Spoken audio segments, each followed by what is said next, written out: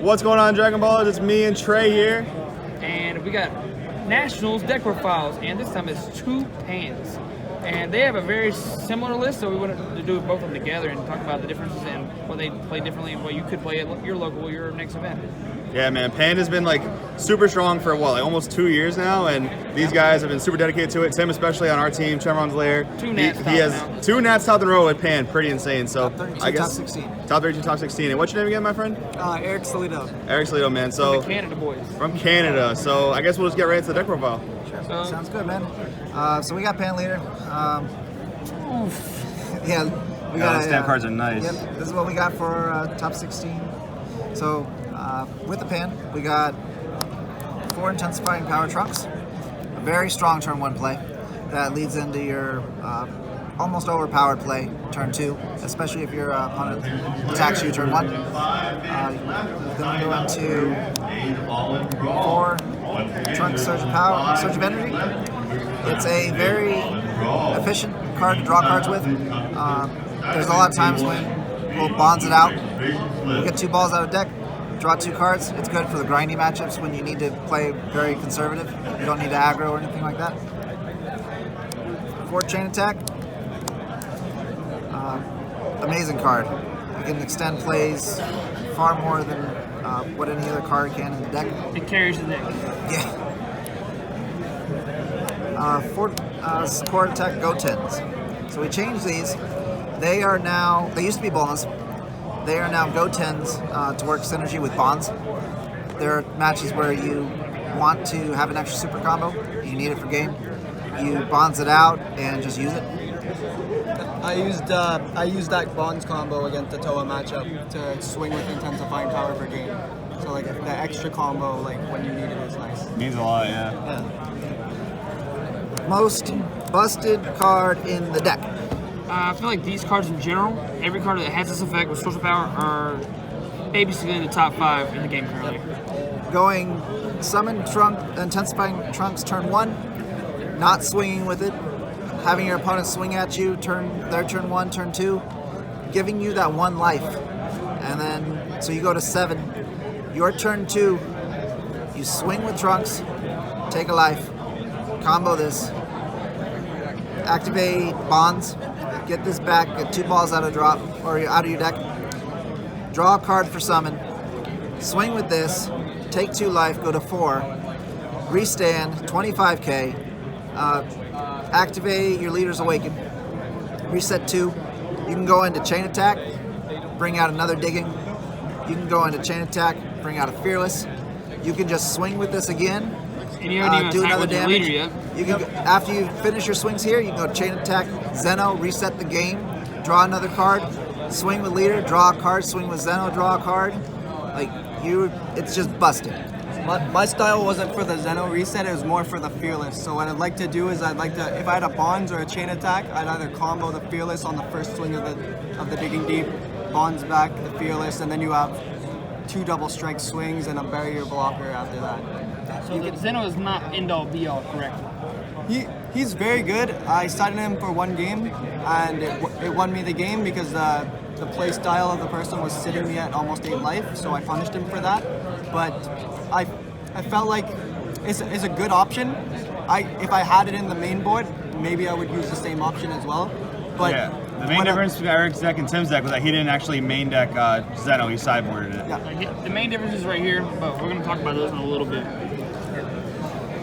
So then, Fearless Pan, as mentioned, the only way to get double strikes in the deck, the only way needed. It's a barrier blocker, gives everything 5k, double strike. You didn't really do anything about it. Your whole board gets double strike besides her, and then sometimes she sticks around and gets double strike the next turn. Yep. This card caught a lot of people off guard. You both played this card, correct? Yeah. 2? Yeah. 2. Won me my U6 matchup both games. I had a Kid Coup player. He went 1-drop Kid Coup, activate, got a ball, summon Krillin, and I told him, okay, window 1's fine. He got his vanilla out, window 2, blow it up. And he just like, oh my god, you main that? Like, he just instantly lost pretty much. Clears his whole board. You get draw. It's dumb. Yeah. And your leader gets a 5K, so you can't take damage from their leader. Yep. It's an integrated Senzu Bean on it. I like that card. Topo. This card is a better Nimbus. It is better Nimbus, correct. It is a strictly better Nimbus. If they swing with a battle card first and you Topo, with Pan, you don't actually neg that hard. You pitch a card to summon it, but you draw a card. You ditch a pan that you can fill your bombs next time. Exactly. You pitch something useless or something you want to get back, and like, it just integrates so well. And if they swing with a battle card first, now if they want to swing with their leader card to draw a card, they have to pitch 2. Every time I had this played on me, I just pass turn. Yeah. Yeah. I attack with my leader first to get it out of the way, and I draw my card, and then I pass turn. Yep. It's literally a time walk. It's what Pan needed for. There's a lot of times when you can't defend, you just go Topo and like, all right, I'm good. And you draw a card. 2 of these fantastic, Beautiful looking stands. Sun Gohans. They are absolutely Final beautiful. stamp. This card, I was told to cut it quite often. There's a lot of people that don't like it, don't think it's good. It is also, it stops leader swings because you can actually negate the leader, which not a lot of people know. You can put it down 10k. You can blow up things on your opponent's board. Use 6 cards. They cannot be destroyed, but you reduce them by 10. They're gone. They can't evolve now because you negated the attack and then you blew up their card. What are they going to do about it? It's also not a pitch card, so you don't have to pitch with like with Topo. This here is a draw 3, and then you discard 1. It's an amazing filter card. It's free. It's 25k when you summon it first thing. You can do this with your digging combo in the very beginning, turn 2. You just the 2 balls that you search, you pitch them for combo in there for 5ks. With the familiar bonds in the discard, with those 2, you pitch 1 other card, and now you summon this. And so if you summon it after you awaken, you can get your leader auto for drawing a card, and you can pass with 2 energy up, and you can play your Topos, your Gohans, your Denials, anything for defense. So the one thing I noticed so far is there's no double shot. That's right, none. We No, cut the double that shots. blows my mind. Like after seeing Pan from last year evolve to now. Ever since Set 3, when Pan came out, till now, double shot has been an absolute staple in the deck. No one thinks about cutting the double card at all. And came into the event, cut double shot. It doesn't work with the deck anymore. It's a 1 energy card that you don't have the energy efficiency to do. The deck is turned into counter plays that cost 2. You got Topos, you got Gohans, you got Denials, things like that. They cost 2 energy. And so if you leave 2 open after you awaken things, it feels bad when you double shot and then you can't Topo or Gohan anymore. So it's not a very efficient card right now. He gave me that pointer. I had 3 double shots in the main board, and we spoke the day before Nationals. We both showed each other our list, and he gave me that pointer, gave me a meta-analysis that I didn't have in Canada, and I instantly cut the double shots. And this guy ended up getting 2nd in Swiss. This is the man where he beat me in previously about 5K. Don't forget it. I had 5K max. That Pan boost killed me. That was tight. That was a tight match. So he doesn't play him. I played 3 Zeno. I found the space to play 3 Zeno. This card, throughout the day, I honestly didn't play it that many times, maybe once, twice in Swiss. When I got into my top 16 match against Daehan, I played it 4 times in 1 game. That's pretty disgusting, I'm not gonna lie. I played it 4 times in 1 game. And I finished the game with an 80k double strike Topo when he had 5 cards in hand. And he comboed to 90k. So you lost to Sakias.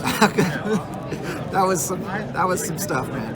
And then the main difference is right here. You got 2 Kaba and 1 Majin Vegeta. You'd like to speak about this? The main reason for the Kaba was the Shenron popularity. This card, it was the last round of Swiss. I opened up with like the God hand versus Shenron. I opened up with 3 intensifying power and 2 Saiyan Kaba and a super combo. So like on turn 2, I was down to like 3 to 2 life, but with 2 energy, like almost like Smacking your Shenron just like opponent around. all these 1-drops on board. He had Can't 2 do balls anything. in life. Can't do anything. Couldn't do anything to that, and he was just like, he didn't have a Crisis Crusher, so instantly lost. Cab also, like, the alternative, like, people expect the Fearless Pan, so when you're sitting on 1 energy, they're scared of, like, maybe a Champa or something, but they weren't really expecting the Kaba to come down. And it really helped me close some games. Even sometimes I'm floating 3 energy in, I think it was top 16, I Denial of Hope the topo, and then you put Kappa down and you close the game with Kappa. So it's a nice 1 energy game closer. It's also self-awakened, so sometimes you just don't draw the intensifying power in the Digging Deep. So you would get him, swing, self-awaken, then you could maybe go off from there. And then they one Majin. Pardon? One Majin Vegeta. Yeah, I didn't use him as much as I thought, but I used him twice. And when you get him an opener and you're playing like a tempo matchup, like a Pan Mirror for example, you can just float your energy for all the negates and everything and stick him on board, kill everything they play. Because it's always a 25k that restands can attack all their battle cards. So realistically, if they defend the first one, they have to defend the second one on the same battle card. And Switches the they momentum. usually don't want to do that. All the players just let it go. Then they would swing into me, I would topo them, and he would just stick on board all game. Then when I'm ready for Fearless Pan, I would close it out. So he was nice, but didn't get a lot of use out of him. Just 2 games, and it's okay. Sweet. So we're going to get into extra cards now. We're playing 4 bonds. Best 2-drop in the game. Cards busted. Absolutely busted in pan. Gets out any red Saiyan, 15k or less from your drop for 2 energy. So you get your diggings, you get your super combos, you get your Glory Obsessed, you get anything and everything basically you want. Your Fearlesses. 2 energy. Yep. And you get 2 free, 2 or 3, no, 2 balls, right? Yes. 2 of your 3. You have 2 balls out of the deck as well. So you get 10k combo with it. And you draw a card when you summon. So it's free. Value Town, baby. I Value think it's a Town. +4. It's a +4. Yeah, you can +4 usually off Yeah, this. if you swing with your digging, like, And the Digging Deep combo is almost like a +6. You just draw 2 out of Yeah, your it's your hand becomes a monster. played 2 After Image. This card it wasn't really relevant the whole tournament. I maybe played it once or twice. I sided out most games. It was relevant against the U6 matchup, but that's really about it. Like, I didn't need it. It's not a hard negate either. So, I never saw it, so I actually haven't used it once all tournament. so it's the most one of the most cuttable cards in the deck. It's starting to get that way, yeah. Yep. 2 denials. This card was perfect at 2. I had it when I Play needed 2 it. as well, right? Yep. You as well. Had it when I needed it. It wasn't cloggy. It helped me like deny topos. It would deny champas. It would deny whatever I needed to help me win that matchup. It was there when I needed it. 2, is that all you've got? This one was choice for your odd energy turns. So what I mean by that is your 3rd charge, your 5th charge. You're going into turns where you want to play 2 energy for Topo, you want to have 2 energy for Denial, you want to have 2 energy for Gohan, that kind of thing. And you want to, and then most of the things in your deck, you're playing your bonds and things like that. You're playing things for 2. So you're going to have the counter, you're going to have the play, but you have that 1 energy floating. So you don't know what to do with it, right? So we're not playing double shots, which is where that might come into play. But they clog when you're trying to combo for game and you don't have the energy for it, so you can't play it. So this comes in for stopping attacks, especially like Mira's. Probably being the thing with restand Mira. Like, they don't care about your topo, so sure, you topo the first attack. Great. But I got a million cards in hand, or maybe 5 or 6. I'm going to just take a life, restand it, swing again, and I'm going to double strike. I'll pitch 2, sure, but it's like a 200k combo now, so what are you going to do about it? So It's a hard negate. yeah, After him is just not save you from mirror. right. And then 3 balls. So the ratio with this, I didn't feel comfortable at 2. I didn't want to draw 1 and then not get full value on bonds. That just feels bad. Yeah. I didn't want to constantly draw into them with the Brawley matchups and things like that. Just that felt bad. So if I opened one in hand, or if I got one in life, I was perfectly fine with it because I bonds, and then I just grab the other two and deck them, and I get more combo power this way. And one of my locals, he's an exceptional pan player. His name's Andy. He helped me theory craft like all this in pan, and he's been playing pan for almost as long as I have, and he's just amazing at it. And so a lot of these ratios was me talking with him, theory crafting plays, and they just came all together. He's an amazing pan player as well. Side deck? Yeah. I see your two side decks are probably a little different, but we'll see. He's already got parties up. He got 3 Force Ejection, 2 Zeno. Since he's made Zeno. Yeah, I needed Zeno when I couldn't really deal with it. I started in the top 16 because Brawley Apes is a really tough matchup. Once they get their board, if you don't see a Vegeta, the other option was Shane Zeno. I didn't see it in my top cut, but it did win me a game against Toa when they were sitting. Did you wish you ever had the third one in the side deck? Maybe. I think so, because the game I didn't see it against Brawley Apes, it would have really helped. And I had like an intensifying power on board, perfect to evolve over. Had the setup ready. I could have baited out the early Bloodlust. Yeah. So I would have probably bumped it to 3 again. How about these? Were these helpful for you? That actually closed out all my Game 2 Shenron games that I won. It was because of this card. A lot of the time you could tell when they're bricking because you have all that digging deep pressure on them. They're at low life early game, they're stressing out. So a lot of the times the Shenron would tap 1. You stressed them out.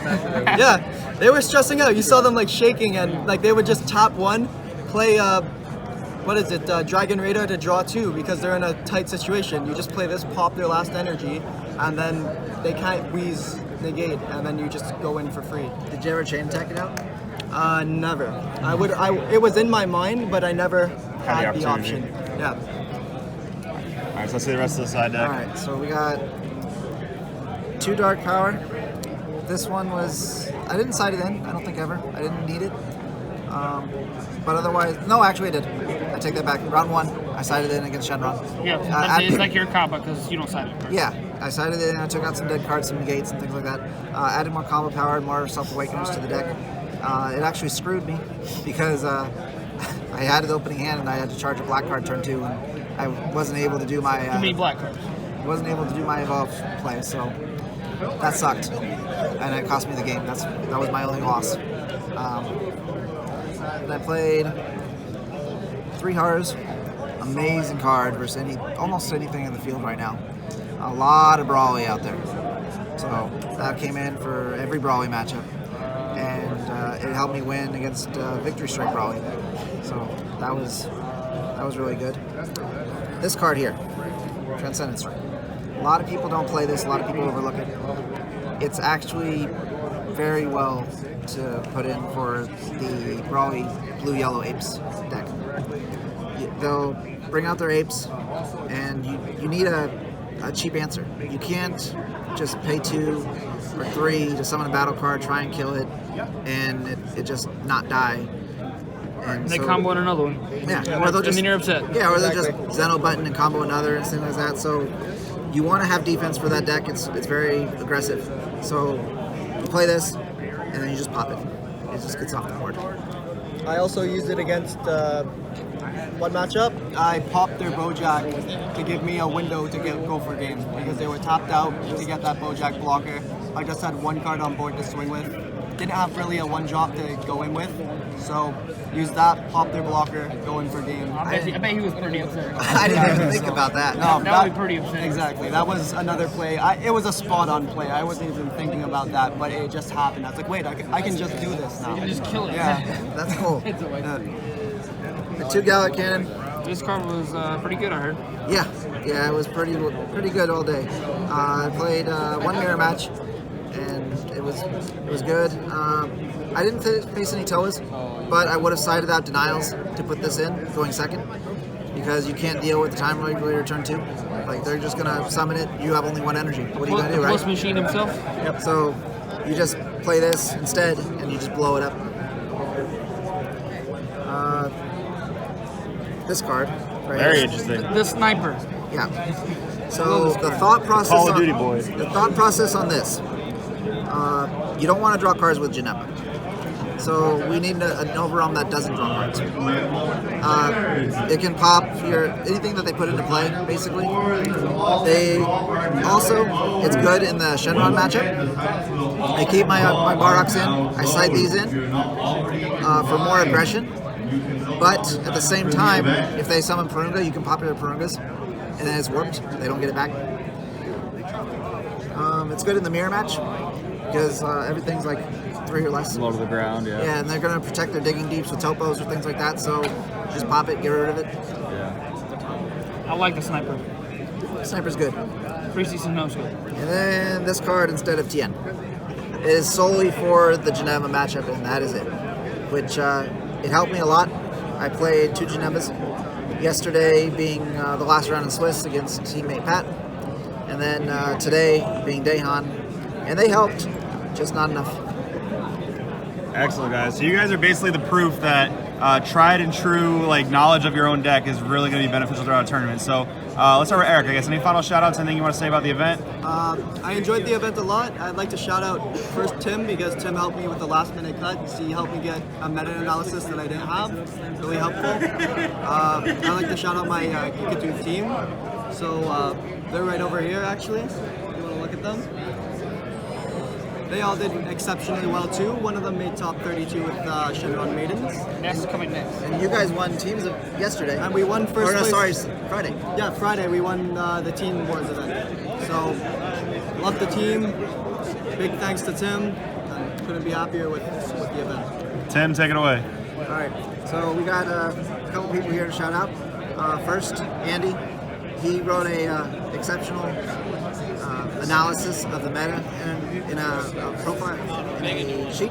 So I'm going to try and get that posted so that everyone can look at it and read it, see how detailed this thing is. That's amazing. He did a fantastic job. The team, Shenron, Slayer, It's a Southwest we did pretty well at this event. I would say we had we got caught up in the first couple rounds, kind of slaying each other. But overall, the team prepared well, came together. Everyone was amazing, worked together. It was a fantastic event. Family was here. Everyone was great. Then we got our new sponsor, Bearded Collectibles. He is a fantastic sponsor. Fantastic Alec is guy. the freaking man. He is the man. He is the best shop man. owner on the planet. I couldn't be happier having Alec as part of our team. That's amazing. My girlfriend supported me the whole time that I was here. And check out Joey's channel if you're watching here. And Make sure to check out Trey's channel as well. Link will be in the See you guys on description. more Joey videos Trey. nationals. Yep. All right, I think that's about Thanks, it. guys. We'll see you later. All right, thanks.